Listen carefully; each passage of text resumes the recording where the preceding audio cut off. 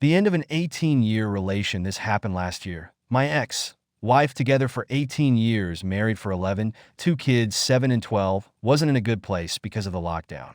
Her life had changed. She's an outgoing person, so she had many outdoor activities, acting lessons, dance lessons, going out with friends, and she needed that. Her social battery needed to be charged with people. On my side, I'm the opposite. My social battery is used when I'm around people. We were fine that way.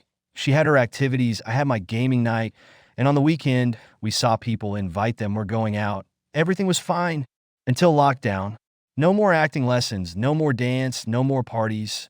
She was trapped in the house. And with the work from home policy in here, she didn't see anyone except me and the boys for a few months. Then the lockdown was lifted a little and we could go and see people. So we helped a friend move out. And that was where she saw an acquaintance and there was a spark. I think she saw a way to be free again. On January 31st, 2021, she fell in love with another guy. That's when she started to trick me. She invited her side piece and the friend we helped moving for a dinner. And while I was chatting with said friend, she was in another room, making out with him. She invited him several times for game night, always with another friend, so I didn't suspect a thing. This kept going for some time when, out of the blue, in April, she told me that she wasn't in love with me anymore. She still liked me. I was still her best friend, her first love, the father of her children, but not her lover anymore. I proposed to see a therapist together to sort things out, and I even told her that I could move out, find a rent while we were trying to make things back on again. And she accepted that. 2 weeks later, while on a short vacation with her family, her mother, stepfather, brother, sister, I discovered the truth. She had a notification late at night, while she was sleeping next to me, and the light on her phone annoyed me, so I took her phone to make it disappear. That was a WhatsApp message from Sheila, saying, "Good night, my love," as a response to a selfie saying, "Good night, I love you." I read a few messages. That must have been a mistake. And I saw a selfie called Sheila, that fucking man, and a lot of pictures of them together. A lot of heart emoji. My heart stopped for a minute. What was happening? A few seconds later, she woke up and frantically searched for her phone. I told her.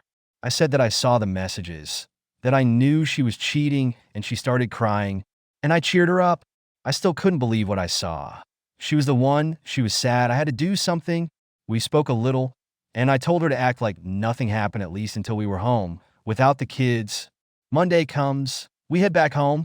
The kids are still around, so we can't discuss the matter, but I had access to her Google account, so I went to see her travel. She spent almost every lunch in a park with him.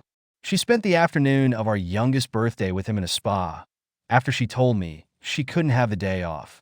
She spent the night with him when she told me she was with a friend of her. So many lies. She wanted me out of our house to make room for him, while he was building their house. I saw bits and pieces of chat where he showed her the plans with "These are the bedroom for the kids. And what do you think of this table?" I was fuming. I wanted the truth, so I blackmailed her. Either you show me the WhatsApp messages and you tell me everything, or I publish a nice Facebook status identifying every friend we have in common to announce that she was leaving the house because she cheated on me with XXX. She knew I would do it, so she told me. She showed me. I didn't kick her out of the house, but out of the bedroom. After I regained composure, we talked. I told her I wanted her out of the house as soon as possible, but at the same time, we couldn't tell the boys at that time. The oldest had important tests at school coming, and I knew he would be so devastated that it could ruin his school year. These tests would allow him to go to a sort of junior high school. So she spent her nights in our spare bedroom, waking up early to be ready to wake up the kids every morning without them to realize we didn't share a room. On the 1st of July, she left the house to rent something while the kids were in summer camp. We told them when they came back, and since then, they spent a week with me, then a week with her and the side piece. We are at peace. No war between us. I hate all the lies, but I can't hate her for falling in love. We are still friends, but I don't trust her anymore. I can't say I'm feeling fine, but I'm mostly okay. I have good friends around, I love my kids, and they love me too. I'm still single, but I feel I'm ready to meet someone. On her side, apparently things are not as fine, but that's not my problem, as long as the kids are okay. There it is. I don't think I forgot a lot of things. Anyway, I needed to vent. Thanks for reading. P.S. English isn't my first language, so sorry if some phrases aren't understandable. And sorry for that wall of text. Update 1. A month ago, I posted. I just wanted to update the story because this week has been one of the best weeks of my life. I received the divorce paper this Monday. They will be signed by the end of the month. Wednesday, I did some cooking and sent the pictures to a bunch of friends, male and female, and one of these friends, fairly new in my circle of friends, commented about how it looks so good.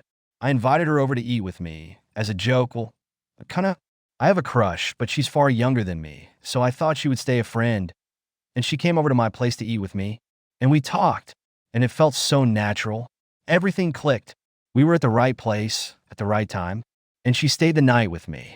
We talked, cuddled, talked, slept a little, and she came back again, and I feel it is so right to be with her.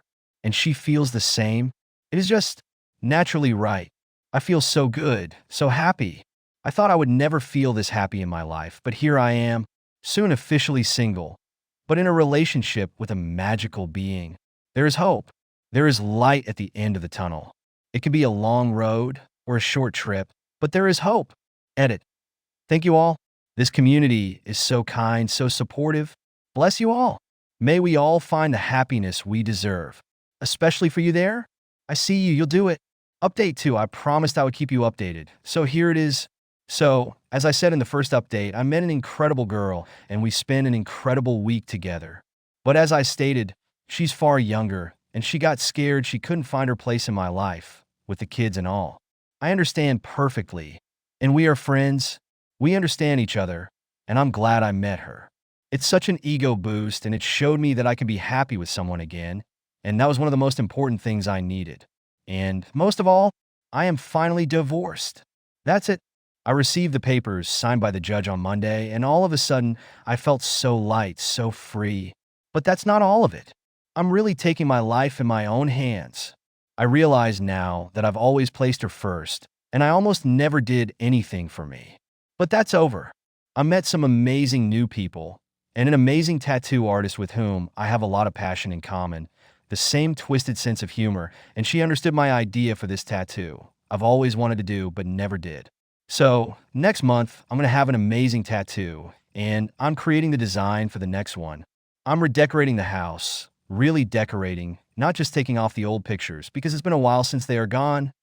I've also restarted some hobbies I had left. The old bass is sitting next to me, and I'm slamming as soon as I can. I'm writing stories again, almost 20 years without writing anything, and I wrote a short story on the night of Monday. It's like I'm starting to live again for real this time.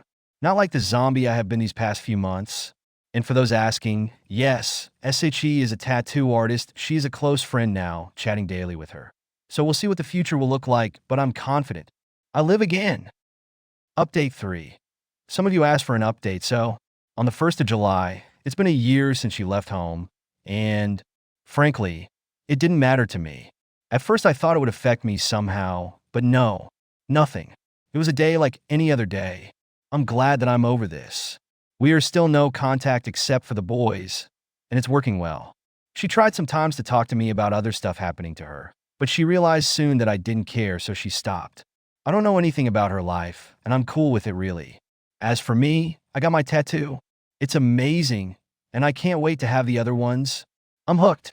It's like I'm taking control of myself, my body, my mind again.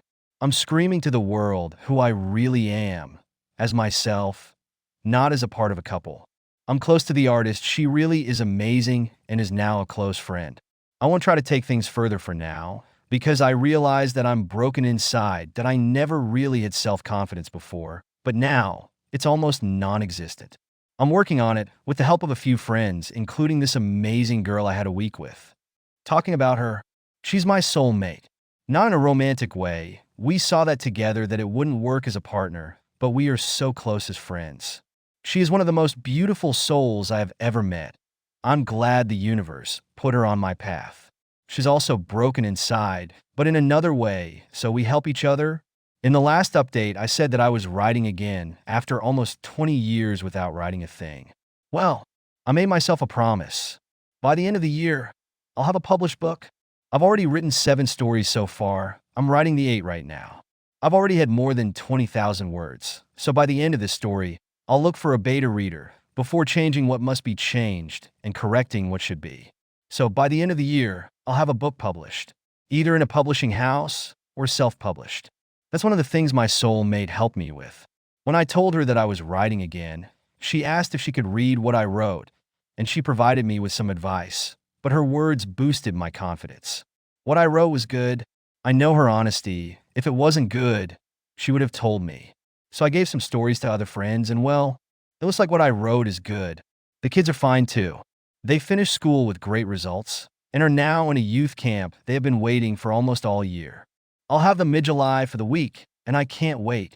I know I'm far from being whole again, but I'm working on it, and it seems that the universe is on my side by giving me two wonderful friends. There is a bright future ahead. I know it.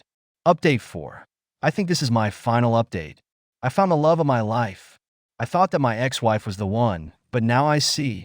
I was in such a toxic relationship that I was blind. The fact that she cheated and left me was maybe one of the best things that could happen to me. Since the last update, I finished and published my first book, and I'm close to finishing the second one. I've been contacted by a local journalist to talk about my book. I'm now the only owner of my house and paying less for the mortgage. I've been given a raise at my job, and I found the love of my life. She's been around for a long time, as she's a friend of my best friend, so I've known her for a long time as we met on multiple occasions, but we never really talked until one evening when my best friend called me to invite me to a show. And he invited her too. He played Cupid on us, leaving the phone call so the two of us kept talking, until I invited her to have a drink so we could keep talking. As soon as she entered my home, I knew. I knew she was the one. She poured us the drinks, and we never finished them. While we were talking and drinking, I touched her hand, and she got the signal she wanted. She leaned in and kissed me. We talked for a good part of the night, and she's all I needed, all I wanted. We have so much in common. It's just incredible how we are compatible. We love the same kind of music, the same genre of movies, the same food, and she's kind and caring. I didn't know that someone could take care of me the same way I take care of her. I'm not used to it, but I like it. I feel so good. Until her, I lived my life one day at a time, trying to be there for my kids when they were home, and trying to survive the week when they were not. Now, I see a future full of love and laugh and all the best things in life. So for all of you out there still struggling, there is hope. I swear to you, there is light ahead.